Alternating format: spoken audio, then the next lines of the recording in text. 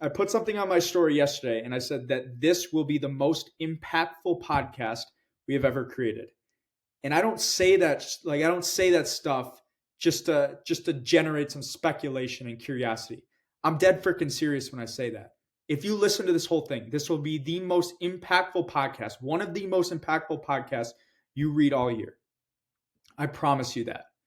And I cannot encourage you enough to stick around for the entire podcast. There is not one of these principles or one of these things that I did that are less important than another. Every single one is equally as important. And the stuff that I'm about to talk about, it's going to change my life in 2025. It's going to change my life in 2026. It's going to change my future wife's life. It's going to change my future kids' lives. It's going to change every single one of my followers' lives because I'm going to be preaching this stuff through my content and showing off what's going on. But you guys that are dedicated listeners right now, you guys are hearing this stuff before we get huge, before hundreds of thousands and millions of people hear this stuff. So this is a competitive advantage for every single one of you guys. You guys should be fired up about that. And I'm freaking fired up about it. So let's get right into this video. 7 things I did to prepare for 2025. Number 1, I have done this every single December for the past 3 years. And that's read the book, Think and Grow Rich. In my 21 years of life, I've learned one thing. And I know that some people are saying, 21 years, that's nothing. That's not a lot. I understand that, and I understand your skepticism and speculation, but don't discount people for a young age. Like, generations are different. People that are older may not have the same mindset as someone that's younger. They don't try, like, social media. Things differ. So with this, in my 21 years of age, I learned one thing. Everybody's number one objective in life should be to control their mind. Every single person. And if you're sitting on the other side of this podcast saying, Anthony, that is the most selfish thing I ever heard. There are people dying in Africa. There are people that are dealing with all these issues, and all you care about is to control your mind. Well, guess what? If you don't control your mind, those people in Africa, they don't get fed. You're not able to raise a stable family. If you're a boss, you're going to freak out on your employees. If you're an employee, you're not going to be able to respect your boss. You're going to ruin your day and ruin everybody else's day if a driver cuts you off in the road because you can't control your emotions and you react to every single thing. Tell me that's not selfish. How is that not the most selfish thing you could possibly do? And that's why, and that's what this book does, Think and Grow Rich. It teaches you the power of imagination. It teaches you the power of desire. It teaches you the power of discipline, persistency, and at the essence, systems you put in place to control your mind. Because if you can attack that and accomplish that, every single aspect of your life will improve, which is going to improve many aspects of other people's lives. Because whether you know it or not, you have a huge impact on other people's lives, the way you interact with them and just conversations and stuff like that. It should be everybody's number one objective, and it will make for a better life for yourself in 2025 and the world. I can stand by that. All right. We are off to a good start. Number 2, the next thing I did to prepare for 2025. This was completely unplanned. And so I had no planning on doing this at all. It kind of just happened like that. But I'll tell you this number 2 thing that I did will be something that I talk about on this podcast for the rest of my life. Something that I will be talking about on other people's podcasts that I go on for the rest of my life. I really think like what I learned this night has completely changed me as a person. And so this is what happened. I've got 2 friends that are also from Wisconsin. One of them's a business owner. He does content. The other one does high ticket sales.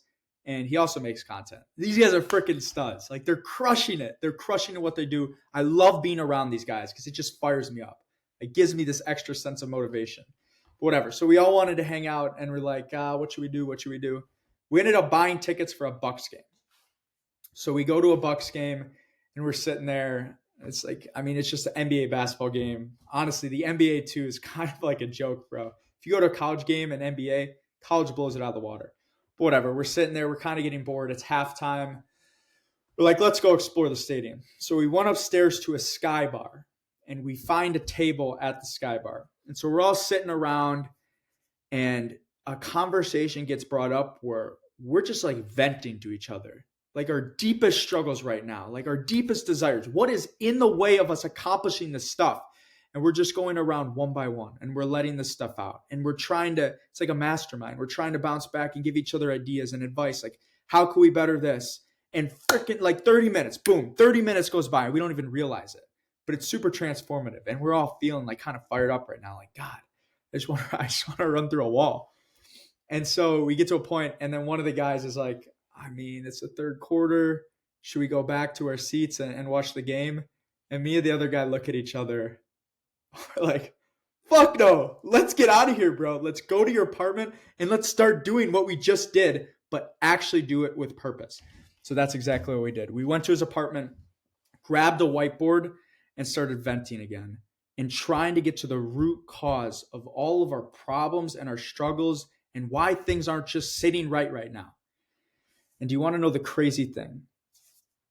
We all could identify one common theme between all of us that was the root problem of everything we're trying to accomplish and why we're going through so much struggle right now. There's one thing. Think about that. 3 people on completely different paths all have one thing in common. Do you think that us 3 are the only ones in this world that have this in common? I can promise you, absolutely not. There's 99% of this world has this one thing in common. And I think if this in the entire world knew about this and they put systems in their life to improve this, holy cow, this world would be a happier place, a more successful place. Everything would improve. But we were able to get to the root cause because of this mastermind conversation and identified this one thing, life-changing. Okay, number 3. This goes off of Think and Grow Rich, but one of the systems, I say system. So like it's one thing to do to say, I want this goal, achieve it by then. But a system is to put something in your life that you can do every single day to make sure you get to that goal. And so you're not just running off of motivation and willpower. Anyway, one of the systems that Think and Grow Rich is write out a definite chief aim, what you'll give up for it, and when you plan to achieve it by. I did this. I have it written in this book right here, my Think and Grow Rich book, in the front cover, and I read it every single morning. And it just reminds me of what I'm trying to do. And it keeps me constantly focused on it. And then when I can start visualizing it. I can actually feel the emotion when I achieve this. And that's extra motivation, extra discipline. That's one thing. That's one thing I did. That was number 3. Number 4 ties right into this. I created 2 vision boards. And I created 2 vision boards. I've never done this before. But I paid $400 in December to be on a business planning workshop run by Bette David Consulting. I was on it for 9 hours. I don't have a business, but I knew that I was going to get something from it. And I really want to be able to think more long-term and strategic. That's why I did it. But PBD, the owner of that company, one of the things he talked about is he'd always, every single New Year's, instead of going out to a party, drinking, screwing off with friends, he would go to Michael's and he'd buy like 50 magazines and he'd bring them back to his house and he'd cut out these magazines and pictures and put them on this board. And that was his vision board. And your vision board, at least mine, it's stuff to remind me what I'm doing right now, but it's also stuff in the future that I want to achieve and accomplish. And it's just like constantly priming me and getting me in this mindset. Like this is actually a reality. This will be a reality. So I made 2 of those. All right. We are on number 5. This is a huge one. Huge one. I talked about systems. All systems stem from this. So for those of you who know, I spent the last week or so on vacation. I was in Curacao. It was a great time. There was a lot of sun. There was also a lot of rain.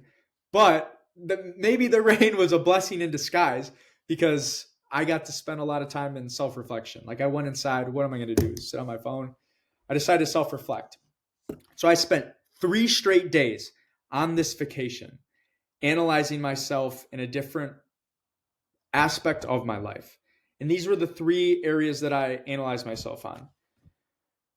Number 1, 10 causes of failure in leadership. There's 10 different things that leaders all the time that prevent them from becoming leaders. I analyze myself in every single one of those areas and see which ones that I'm susceptible to. Number 2, generic 30 causes of failure in individuals' lives. I analyze myself in all 30 and I figured out which ones I'm most susceptible to. And then last one is just 28 self-inventory questions. Questions about a ton of different stuff related to character, business, cooperation with people, amazing stuff. But with that being said, I spent those 3 days analyzing myself in every single aspect. And I put effort into this. This is the thing. Like a lot of people want to start journaling and doing this and that because they see a guru out there journal. Journaling has no merit if you don't do it with purpose. And you have to have an intention behind it. And so I put a ton of effort in this. And I really thought about this stuff in details. I didn't half-ass it. And so after I got all these things, I started analyzing this data and coming up with different common themes that pop up that I need major work on, that are preventing me from being my best self, preventing me from being the best person I can be to serve others and create impact. And it just popped out like day. And so that leads me right into number 6. After analyzing all this data, I started making systems and I put and implemented systems in my life that I can do every single day that will improve myself in these areas of my life that are not cutting it out. And this is such an important one because think about this. When you craft your goals and your New Year's goals, what type of person are you? Are you an achievement person? I want to get this by this date. Is that how you craft goals? Because that's how I craft goals, and that's how I have crafted goals. The issue with that, though, is when you're an achievement person and you create goals, I want this by this date, it's great and it'll probably come true. But first of all, you end up just kind of throwing yourself into the fire without any plan. And you're kind of you're learning as you go, trial and error, which is a fine thing, probably not the most effective way. But number 2, at the end of the day, you're going to just end up reverting to old habits because your willpower and motivation is going to die off. And I found that this happens to me all the time. And so instead of just being an achievement guy, but believe me, I still gave myself achievement goals. I want to get this by this. I want to get this by this and this by this. But to support that and fill it up, my New Year's goals were systems. And so I created 11 systems that I do every single day that will help me achieve these achievement goals. It's essentially like working backwards. And these systems, it's been 6 days since January 1st. I promise you, I am on my path to being a completely different person. There is so much that's just different in my mindset and the way I perceive this world. And it's because of these systems I put in my life. All right, number 7. The last thing I did this at the beginning of December. I mentioned I love self-reflection. I'm also a big Patrick Bet-David guy. He came out with a video on YouTube that said 10 ways to judge a successful year. And so he talked about, and what he does is he wants formulas. He wants all these formulas he can put in his life, similar to systems, that is going to prevent him from falling off the tracks and not doing what he needs to do. And so what he does every year is he rates himself in 10 different areas of his life. If you want to know what those are, look up the video, 10 Ways to Judge a Successful Year by Patrick Bet-David. He'll get into those. I analyzed all 10. And again, I came up with these little systems and formulas that I can put in my life to keep me from falling down the wrong path. Because if you don't put systems and formulas in your life, you're going to run out of willpower. You're going to forget about the significance of what you're doing. You're going to forget that you're even doing it. You're going to go right back on your own ways. You need systems and formulas. And it's not enough just to say, oh, okay, I'm going to do this. You're not going to be able to remember it. Like, you got to write this stuff down. Do you know how many laminated pieces of paper I have that I keep in my room in my backpack so I can constantly look at this stuff so I don't forget it? Too many. I have too many. But write this stuff down and come up with these systems. And I promise you, 2025 will be the biggest year of your life. 2026 will be crazy. 2027, unmatched. Like, you can't even process it. It fires me up. So we're at the end of the video. Those are the 7 things I did to prepare myself for 2025. And I think the moral of the story is what I did is I went into deep self-reflection, deep self-analysis. And I didn't do it just to do it. I didn't journal just to write things in a journal and read it a year down the road to say, oh yeah, that's really cool. I freaking did it with purpose.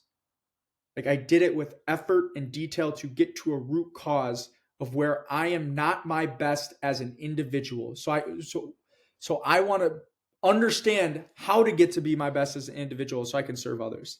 And that's exactly what I did. So take time to self-analyze. It's never too late. It's January 6th. Who freaking cares? You can do this at any point in the year, but the best day to start is today. And the more you push it off, the more it's never going to happen. So if you're listening to this tonight, go online, look up, just start Think and Grow Rich. Look up self-inventory questions. Or just go online, look up 10 ways to judge a successful year by Patrick Bet-David. Or just sit down and look up self-inventory questions on Google and rate yourself in all these aspects of your life and see where your flaws are. And then create systems to better yourself. And when you do, holy cow, the future looks bright. The future will look bright, but you also have to believe foolishly. So that is the end of our video. Again, if you guys stuck around, give us a rating on Spotify. Follow us on Instagram and TikTok acrosstheaisle.podcast. Share this with someone in your mastermind group, or share this with one of your close friends where you guys are on the same wavelength. You just want to freaking crush it. There's something holding you back, or you just want to take the next step. Share this video with those people. And of course, God bless. Thank you guys for listening. Peace.